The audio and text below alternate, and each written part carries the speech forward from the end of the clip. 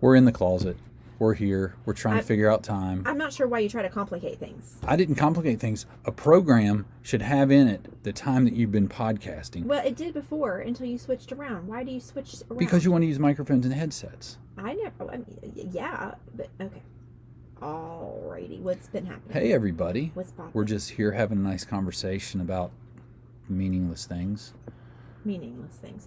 Again, we have, we did a podcast and we were like, we're getting this show on the road. We're getting back, and then we fell off again. But it's all my fault. I don't think it's your fault. Yeah, it is, because I had medical issues that took my brain away from wanting to do anything but just live. Oh yeah, it is your fault. That's right.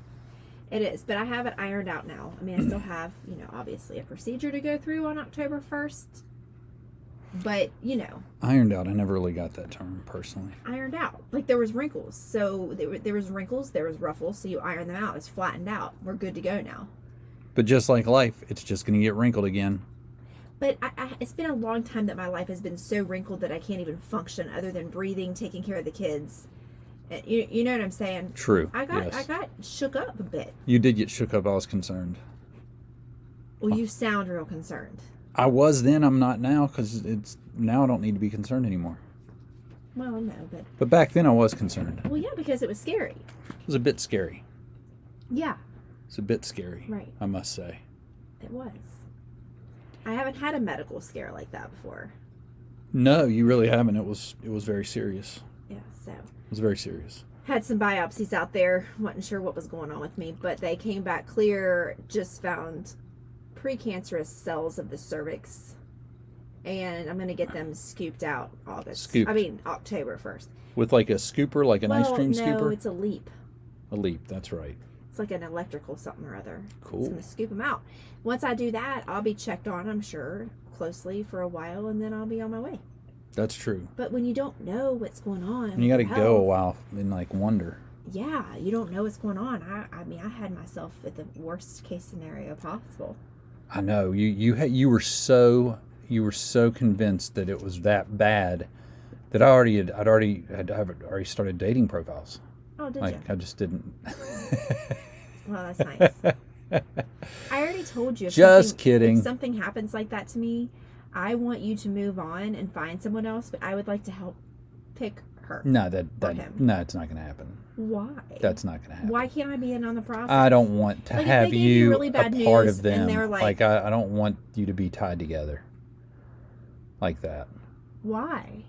Because I don't. I think you pull pranks anyway. I don't want, like, if you weren't here like 6 months later, she starts doing things to annoy me just because you told her, here's what you need to do to get under her skin. No. Here's what you need to do. I don't mean it like that. You know what I mean? Like, you could go out on dates. And You're morbid. Do you even love me? Yeah. You shouldn't like this. Shouldn't be something you want to do. It's hypothetical. It's hypothetical. You should be angry. No, I'm not. It's hypothetical. No, because it's true. If something did happen to me, I hope it doesn't. But if it does, I do want you to move on and be happy. See, not like tomorrow. But here's my thing. Yeah, it's going to be a long time. Don't be a miserable person. I wouldn't be a miserable person. You know me. I wouldn't be. Here's my thing. I would want you to move on and be happy. Yes, but I want to know as much about the person when I'm dead as I do now. Like, I don't want to know I want to know. That didn't even sound right. That didn't make sense. No, it didn't make a bit of sense. Okay. I don't want to know anything about him.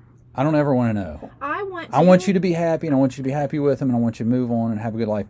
But I'm gone. I don't know. The last memory I knew was you were just with me. I don't want you to think about you and be able to visualize you with some other dude having a happy life. I don't necessarily agree. I want you to like go on dates in my last days.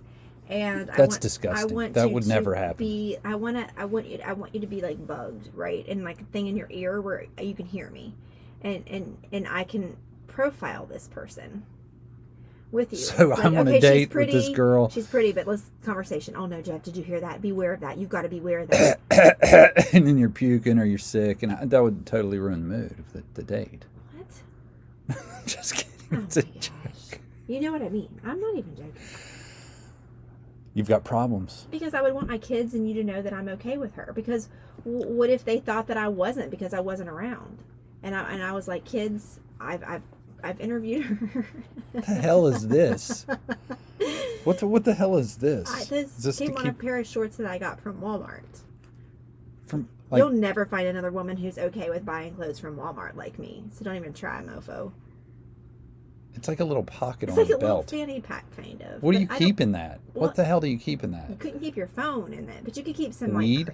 No, you could keep Heroin? no credit cards, a couple of credit cards, and some cash. That is ridiculous. Some lip gloss. That's the gayest thing I've ever seen. What do you mean? Anyway, not gay as in like a homosexual way, just gay as in How like about like the choose your words 1990s wisely there, gay. Mr. Runyon? I know that was bad. Sorry, people. Okay, so fine. I won't. Fine, whatever. You should not be really excited about me being with another person. It should bother you a little bit. It should get under your skin. I don't love it. But at the same time, it bothers me more to think that you'd be going through life without a mate, without a companion, without a partner, without somebody to go hang with and do things with. Because if you think your kids are going to stay around for the rest of your life, you're probably wrong. I will. Look at me. Look at me. It's going to happen. I don't need your help or anybody else's help. So let's just die focused on you. I was more thinking approval. Oh, you want to Wouldn't you feel approve better the if sale? you're like, you know what, Angie approved of her, so I don't have to feel guilty or anything like that. I'd be like, as soon as we get through, coming off the phone, I'll be like, you out, peace. What? I'm kidding. Yeah. It's a joke. The approval thing, though, I don't know. It'd be really weird. That'd be weird. It would be weird. I don't know that I could really do it because if I'm in that moment, I probably couldn't. You wouldn't even be able to think about stuff like that. You can't even think about when you're don't have it, but you think you possibly could have something that's life altering. It's hard to focus on anything. Oh, it really But everything comes into perspective really quickly. It does. I'm telling you. Which is crazy. I didn't have it. I just had a front row seat with the person I love the most, and everything came into perspective for me. It's like gotta just like enjoy things more and relax a little bit, bro. Yeah, because whenever they did an endometrial biopsy, and that's only really done for one reason, and that's to rule out cancer, obviously. So, when I knew that, it was like, well, he thinks that there is a possibility that could be what my issue is. So, or he had a new car he's purchased. or that. So I had a whole week where I really honestly didn't know. I mean, he never really alluded to the fact that he thought that's what it was, but I'm not stupid. So for a whole week I walked around, and at first, after I did the biopsy, I had a positive attitude. I was like, okay, it's done, whatever it is. But then the more you sit around, the more you stew, the more you think, the more you Google, the more you research, the more you read things, and it's bad.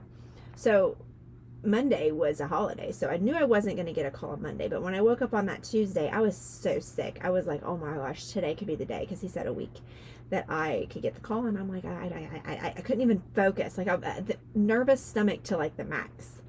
Yeah, you were a mess that day. I was. And so I was like, I'm just going to go up and shower, wash my hair, just like try to like look good and feel better. So I got out of the shower, put my makeup on, got dressed. I was getting ready to dry my hair, took my towel off my head. My hair was wet. And I hang my phone like where I can see it when I'm drying my hair, because I can't always hear it. So like I have to take my pop socket and hang it on this like basket that's in front of me.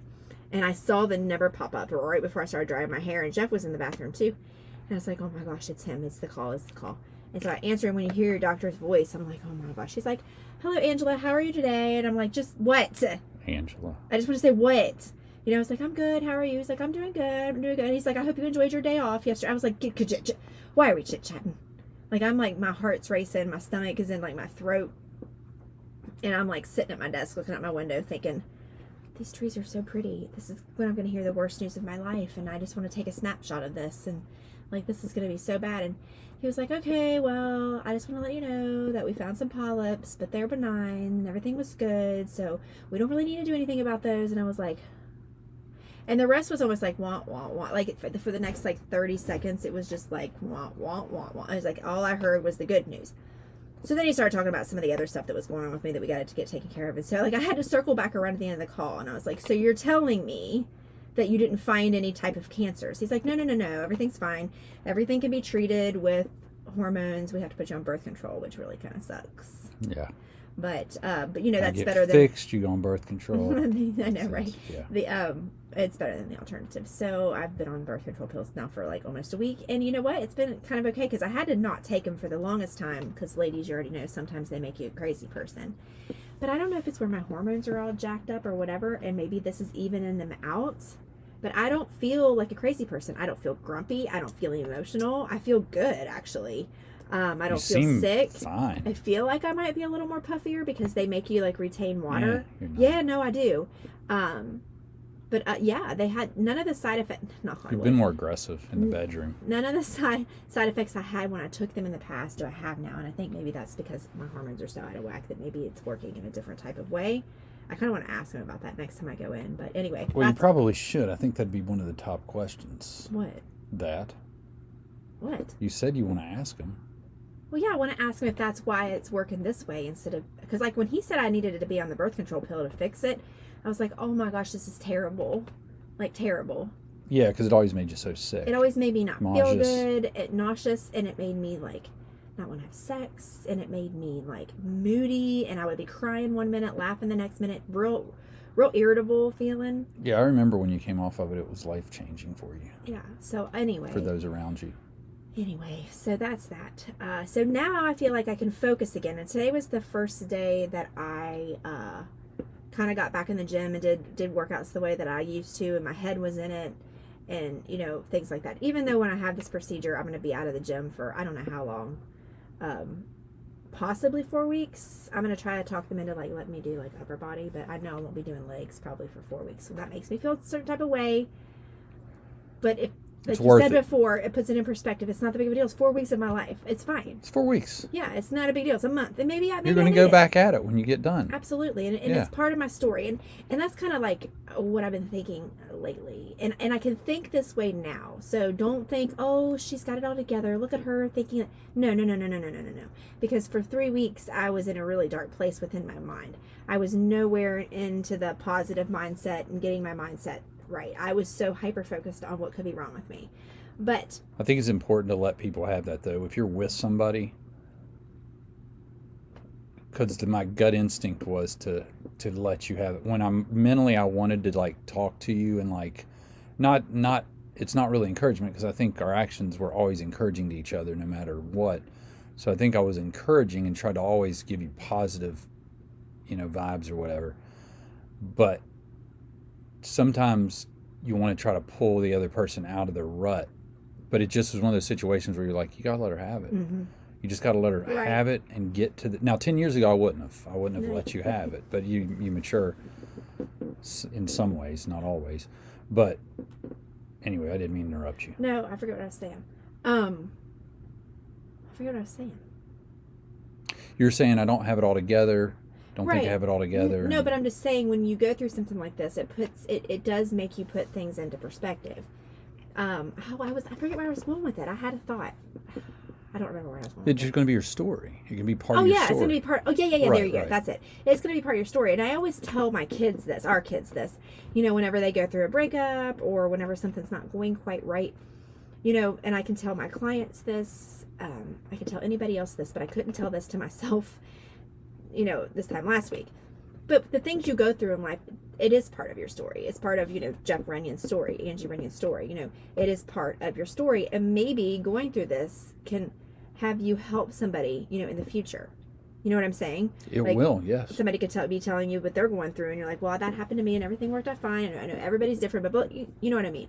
You can maybe help somebody get through a time. And so I shared a little bit of the story. I haven't posted it yet, but by the time you hear this, it'll be posted, but I'm just telling you, Jeff, on IGTV, and just explaining where I've been a little bit absent. I've been absent from, social media. I've definitely been absent from this podcast, and kind of explaining why, and how important it is to, especially obviously for women, this is a women's issue, getting to your doctor appointments, because I know there's a lot of women out there who put it off, because who wants to go? Nobody. Like, it's the most miserable feeling ever. Right. Like, you feel violated. Okay, you feel violated. It's like, I can't explain it for a dude to understand, But you put your feet up in these stirrups, and you never scoot down low enough, right? So you lay back, and mind you don't have any clothes on from the waist down. Okay. Or actually, you don't have any clothes on at all when you go in for your annual. And, he's like, you stick to the paper because you're sitting in there waiting forever. I don't understand that. It's 2020. They should be able to come out with something better than that stupid paper. Right. It should be something relaxing, right? Like you're like almost being massaged. Well, that might not be good. You don't want to get turned on right before that appointment. No, not really. Massaged, but feel good, feel comfortable. Right. So you sit in there for a good, if you're lucky, 10 minutes, could be up to 30, waiting for the doctor naked. Okay, so you kind of start sweating a little bit because you're nervous anyway, and so then your butt sticks to the freaking paper, and then he comes in, and sometimes you're a little nervous. So you might be a little bit gassy because you get nervous, right? Sure, so I get gassy when I get nervous. Yeah, so you gotta hold that back. Because you sure don't want that thing going off. No, definitely. I bet it happens all the time. I bet it does. Luckily, it's never happened to me, but okay. So anyway, then he's like, all right, put your feet up here. And my feet are terrible anyway. I have that anxiety. They're crusty. I lotion my feet like a mofo before I go to this appointment. I don't think he notices your feet. I know, but it's just a thing. So you stick your feet in the stirrups and then you lay back. And he's like, could you raise your bottom up and scoot your hips down a little bit more? And I'm like, Angie, you talked to yourself before, scoot down far enough so he doesn't have to say that, scoot down far, because that's so humiliating. And I'm like, God. So then you lift your hips up and your butt's sticking to the paper, and it's like, oh my gosh. And you gotta like scoot down. And then you never want to naturally just open your legs for your doctor. So like you're like a little fawn and like your knees are kind of in, and he's like, all right, can you let your knees relax, let your legs relax. I'm like, oh my gosh, Angie, you know how to do this. So why don't you do it right the first time? It just makes it how so to do much it. Worse. And then he sticks a little metal thing in you, and he cranks you open, and then does all this stuff. And then you have to do a pelvic, which is with his fingers. So he goes about elbow deep, I feel like. He's like, this is just going to be a little cold jelly. And it's just like so mortifying. So we put it off, right? We're like, do I really need to go this year? It's been a year. I could probably. So I don't think I went for like 3 or 4 years. You didn't. And Jeff was getting so mad at me. I kept getting mad, and then you get mad back. Well, the last time you got mad at me, we fought about it because I canceled my appointments like so many times to the point where I canceled it the last time, and they were like, Angie, he won't see you anymore if you cancel again. And I was like, oh shit, I better go. I was like, okay, I promise I will, but we're going on vacation. I can't be there. So she's like, all right, so I told you I canceled because it was like the day or so before we were going to leave to go to the beach, and you got so mad at me. I did. I have 2 grandmothers that died, one in their 40s, one in their 50s, from cancer. Okay. Right? Right. I have tons of relatives that died of cancer. It's like, you can prevent it if you go get checked out. Now, I know that. You can't prevent all of it. No, but you have a much better chance and you're right. of fighting it, especially that area, if you go and you get it caught early. Right. And I know this because there's always screenings for a mother and screenings for relatives, and it was like a major thing that I heard about my whole life growing up. And then when it's like 3 or 4 years out, and I'm like, what the hell? Because of all I just described. But I did talk to myself. I was like, Angie, you really have to go because he's right. If something is wrong, more than likely it'll be caught early and you'll be fine.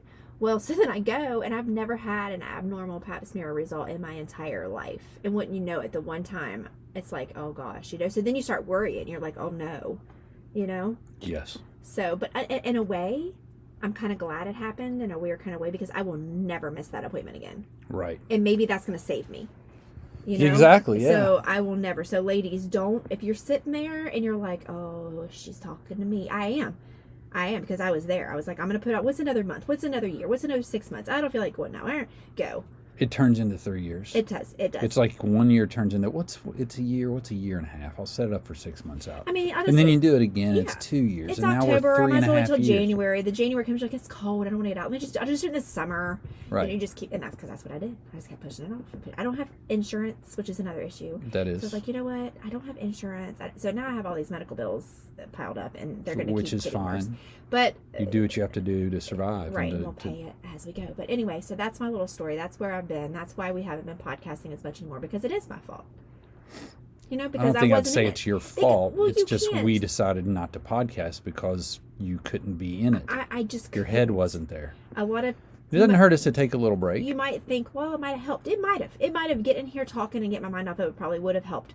But it was like getting the gumption, I love that word, to get up off the couch and just do it. You know, at this time of day, because we podcast, y'all don't know time of day, but at night, it's like, what is it now, 7:30 p.m., 7:45 p.m., this is the time of day we do it. Well, this time of the day where things are winding down, and I've faked my way through the day with the kids, you know, with my clients, that it's like, okay, now this is my time.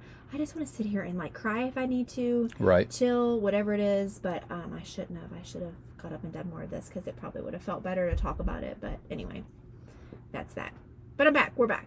We're back. We're back at it. In full effect. We're going to get on a run. We're going to do, you know, keep the podcast rolling. Yeah, I wrote down in my calendar today everything I needed to accomplish, because, you know, we're doing this e-learning right. for school. So I have to be super organized, because it's like, if you are e-learning, you know, I'm like my kid's secretary or personal assistant, because he's in 6th grade.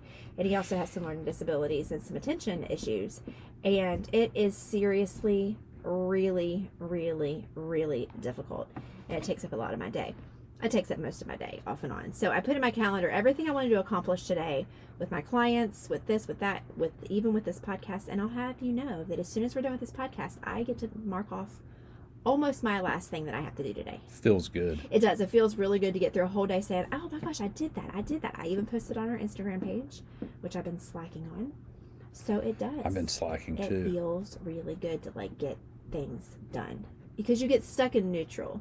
You get stuck in idle. Well, I got stuck in idle too. I kept even listening to, like, we got excited about the book I was telling you about that I was reading. Oh, yes. I just started listening to it again today, and I'd stopped listening to all my stuff. And she was talking about that today. It's like, it's not the big things you do that gives you power and gives you energy. And she didn't say it this way. She said it better. But basically, the things you think some people might think are not that big of a deal, like marking this off the list or marking that off the list, those build your momentum. Those get you that accomplished feeling, because you can feel one or two ways at the end of the day. And I felt I felt both ways, but a lot of times I've felt like every time I put something off I know I need to do, and I get to the end of the day, you just don't feel accomplished. No, you don't feel accomplished. And you start to, it kind of weighs on you subconsciously. Right. Right. And then you're like, shit, why didn't I just do what I was supposed to do? Right. Because tomorrow's going to have its own things. Right. And the thing is, I'll put things off forever. Like the freaking stupid light in the bathroom. It's been out right. for a while. Right. It's like, I just need to put a light bulb up there. Why don't you put a light bulb up there? Well, today I was like, 5, 4, 3, 2, 1. Put a light bulb. It took me 45 seconds. I know. It's funny because... And I was like, why did I wait to do that? Why didn't I do it? So because like we all do, we just put it off. It's just something like, I'll do it later. I'd do it next time I come in here. We have a decent sized bathroom that has, like, you know, the vanity, and has a jacuzzi tub and everything. And then there's a little toilet room, you know, off by itself, has a door. Well, that's what didn't have a light. So for over a week, or actually it's probably been almost 2 weeks, there hasn't been a light. So we've had to use the light from the main bathroom, which means we have to shut the main bathroom door. So I did that tonight. And my son knocks on the door and wants to come in. And so I had to shut the toilet room door, because I was using the restroom. So it's pitch dark in there. Right. So he could come in and say what he needed to say. And then I came out, I was like, Jeff, can we really put a light bulb in this bathroom soon? He goes, oh, I did it this morning. And I was like, really? So you didn't tell me? I said, how was I supposed to know? He said, you could have tried to turn the light on. But it's like when you've gone 2 weeks muscle memory. Yeah. It's like when your power's been out for a day. You know, at first you start flipping the switch because you're like, oh crap, the power's out. Well, I kind of got in my brain, this light doesn't work, don't even try it. So I stopped even trying it. The main reason it was out for the first week and a half of the 2 weeks is because I didn't have light bulbs. Well, you could have gone to the store. I know, and I thought about that every time I went, and I'd walk out and go, crap, I forgot the freaking light bulbs again. Or I'd get home and I'd go to the bathroom and go, crap, I was at the store. Forgot the freaking light bulbs. What is wrong with me?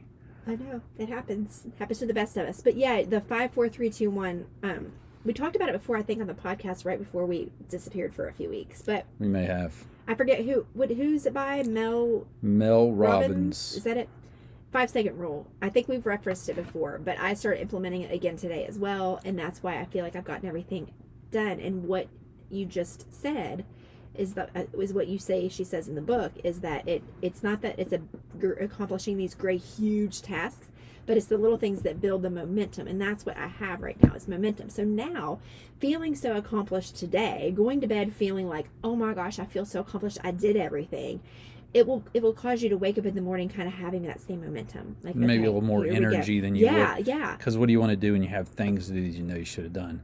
You want to go back to sleep. Well, yeah, like, oh, I didn't do this yesterday. I got to do just this want and it this and this 'cause- before I can even get to today. Right. So when you get up just already working on today, on that day, it's just so much easier. The thing that really clicked with me, the one phrase that she said at the beginning that clicked with me that I'd never thought of before, is that when you have an instinct or you have a thought like, I need to talk to my boss about something uncomfortable, and your boss is there, and you're like, I need to talk to them about this.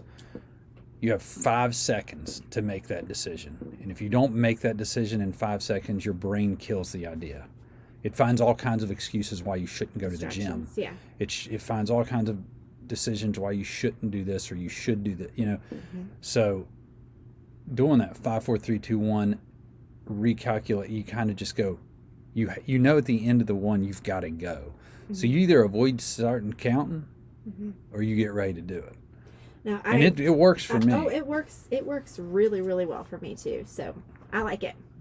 I do too. I like that. I like it, and I can't wait to, start implementing it again, because I said the very first day I started implementing this 5-second rule was the very next day is when I found out about like the precancerous stuff. So I was like, and you were rolling that day before. Oh, I was rolling, and I was so excited. You were telling me, you're like, I love this. I'm getting stuff done. That's what scares me about today. I'm like, what am I going to find out tomorrow? You know what I mean? But you can't think like that. No. But no. So it kind of, then I got squashed, and like I said, I got kind of in neutral, and got stuck just spinning my wheels. Like it just was terrible. But I'm glad to be back at it and be back in the right mindset as well. I'm glad to have you back in the right mindset, because we're so connected that when you're off a little bit, or when you're off a lot, I'm off a little bit. It's the same for you. If I'm off, you're off. It's just this innate concern, or you just hate it, so it kind of slows you down. Yeah. Well, and in the midst of all this as well, there's a huge change in routine, which I don't deal well with. Right.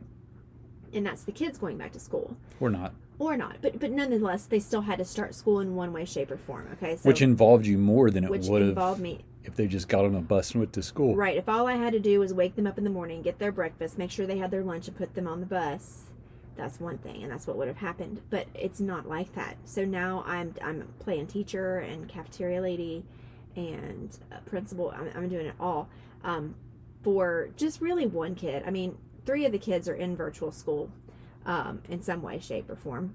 Or fashion.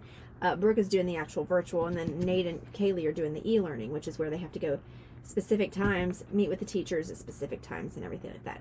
Well, Nate struggles with that because of his issues, so I have to really be on him, and that is stressful as well. So that Tuesday where I got the good call was their first day of school. So that day was just like insane, because I don't deal well with change. I do after a few days. Yeah, no, you today adjust to it well, better. and it went much better that week because of the news you got that day. Well, it took a lot of weight off your shoulders. I couldn't imagine if it. Yeah, it would have been a really rough week otherwise. Oh yeah, it would have been really, really bad. So, but anyway, hopefully each day will get better with this e-learning, because I feel sorry for the teachers. I mean, so Nate was in a session today, and I'll tell a story and then we can stop. And some of them are live sessions where the teacher's actually speaking live, and some of them are recorded video instruction, which I think is really kind of cool, because if you don't get it the first time, you can go back and listen to it again. Where if you're in school, you can't go back and have it repeated, right? So yeah, that's huge. I love that. I do too. He can go back and push play as many times as you want. Well, we push play on this video, and it's a science teacher. She looks like she's 12 years old. I remember you telling me that. It's crazy. I sent you a snap. You were in a group. That's right, yeah. You're not even paying a bit of attention to me. You're looking at your phone at your scores. I see it in the reflection in your glasses. I just had to check the score. I'm back. But she was so young, and then I read on her bio that this is her first year teaching. Ah. And I was like, oh my gosh, this is so crazy. This is your first year teaching. Like she didn't get to experience that first day of school with the kids. You know? That's true. I felt kind of bad for her. It's just so different. I feel bad for the teachers, and they're doing the best they can. And we've really had good experiences over the last week dealing with, issues that's come up, problems that has arose, and they've been very patient, and I know they're doing the best they can. I really feel that way. At least the John Adams middle school teachers. I don't know about the other from the high school, but it seems like from everything you've told me, it's been a really good experience. It has. I mean, it's not been perfect. Well, it can't be perfect. Here's one thing that I think is very frustrating if you guys do e-learning or anything like this and you have to help your kids, maybe you understand, is that he has 6 classes, and I wish they all would have you do it the same way when it goes to submitting assignments. Right. Instead of like this person submit assignments through this app. This teacher, you submit assignments through this app. So you have to learn all these different apps. Why can't we just have one to learn? Keep it more uniform. So now I have to teach myself. I think like there's 3 different apps that you can go through, but each teacher requires something different. So I have to learn them, and then I have to turn around and teach them to Nate. So I just think one. Yeah. If that would be any, like if they ever do like a survey, like what could we do differently, that would be my biggest complaint is that it needs to be uniform. Like you submit all assignments through. Right. ScanDoc or whatever, DocScan or whatever. Especially if a parent's got to be involved in it, or it's a younger kid. You know what I mean? I mean, the high school kids, whatever. Well, I mean, but I mean the kids that are in, middle school and grade school. Well, yeah, and the story. people that have to help them because, you and I are going out of town here, not this weekend, but next weekend, and my mom stopped by today, and we had just finished up with a class, and Nate and I were both a little bit frustrated, not horribly, but just like, and because it was kind of hard to figure out. Right. And she was like, am I going to have to do this the Friday that you're gone? Am I going to have to help him with this stuff? And I was like, and grandparents don't understand this stuff, and it's stressful for them. They'll never be able to do it. So I know. So what I said, Brooke was sitting there. She was like, Mom, I'm going to be home that Friday until like the evening time. I'll just help Nate with his stuff because she knows how to do it. I'll help Nate with his stuff, and then after the school day's over, my mom can come pick him up, which is very helpful. But yeah, you want me to tell you one more little story about one of his assignments? You'll think this is interesting. Okay. I feel like you'll think this is interesting. It was a science experiment. It was a science assignment. It was kind of like an experiment type thing. So she said that you open up this document, and it's a math document, and she told them, this is not a math assignment. You're not graded on math. So if the answers to the math problems are wrong, it's not that big of a deal. It's not a big deal. Okay. You open up this document. Once you open it, you're going to do it 2 times. Once, you're going to set your timer for 5 minutes, and you're going to do as many problems on that sheet as you can in that 5 minutes. When the 5 minutes is up, you stop where you are, and then you submit that. The second time around, you're going to open up a math sheet and different problems, and then at the same time you start the timer, you start this audio that she had recorded. So I was like, all right, so I start the audio, start the timer. He has to do math problems. The whole 5 minutes, she's saying numbers. She's like 5, 7, 22, 49, 117, 211, 37, 23, 14, 12, 8, 6, 10, 1. And he was like, he was just trying to do like a simple math problem, like, I think it was like 10 minus 8 or something. And he was like, I can't with all these numbers. I was like, I think that's the point of the experiment, Nate. Just do the best you can, because she wanted to see, because it was called Does Distraction, what was it called? I forget what it was called. But trying to prove that when you have just other things going on, especially I guess numbers with numbers, you make mistakes. It's gonna make mistakes, right, and you're not gonna get as far. But funny thing is, he got just as far on the second time around with her saying it, because I said, here's what you do. And see, I probably shouldn't have intervened, but I was like, just try to tune her out. And once he did that, I mean, he got through almost just as many with her saying on the numbers than he did with silence. So I don't know if that is a way of thinking. I don't know. It was really weird, but I was having a hard time because I was like doing the math in my head, not to help him because I didn't want to tell him the answers, but to see if I could do it. And I was like, oh my gosh, this is crazy. Because like you're doing like 12 minus 7, so you're counting backwards, and like she's saying numbers at the same time, and it's like, yeah, you can if you told him to block it out, he might have been able to get hyper focused and not really. Well, it was just like the other day when we were counting, we're taking up Venmo donations for a charity, kind of, not charity, but for a challenge thing that we're doing on TikTok. Anyway, I wanted to see how much money we had together. And so you and I both opened up our Venmos. And I was adding in my head. And then you started adding out loud. And I was like, no, stop. It was like the same thing. Yeah. Because I'm like sitting here going 10, 28, and you're like 117. And I'm like, no. Right. Stop it. I can't concentrate when you're saying all these numbers. Not if you're trying to do it in your head. So anyway. There's no way. Sorry. That has nothing to do with anything. But I thought it was an interesting experiment. So like I'm sitting here. I kind of want to do it. I'm sitting here going through e-learning. I'm actually basically in 6th grade, and I'm learning all this stuff, and it's actually kind of low key, not that difficult. I mean, of course, not that difficult for me, but it's not that boring. It's interesting a little bit. Like I'm gonna learn Spanish. Wow. I mean, seriously, because I have to help him with this stuff.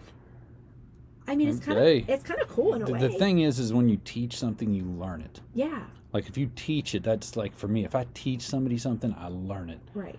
Not as good if somebody's teaching me, but right. because you subconsciously you have to freaking know what you're doing, right? So you'll learn the Spanish because you'll have to teach them how to say it. I'm a little bit excited because this time around in 6th grade, I'm an adult. I've already been through it. No pressure on me, and so I'll probably actually learn something. Because in 6th grade, I never paid attention in social studies or science. Of course not. Or my foreign language. Right, but now it's like you just said, I have to help him with it. So I might actually learn some history or learn some science. You will. Learn about some elements. You will learn about a lot of things. And I'll be able to talk about you in Spanish to Nate. That'll be cool. All right, I'm done. All right, we're out of here. Enough. Everybody, thanks for joining us in the closet. Have a good one. Peace out. Later.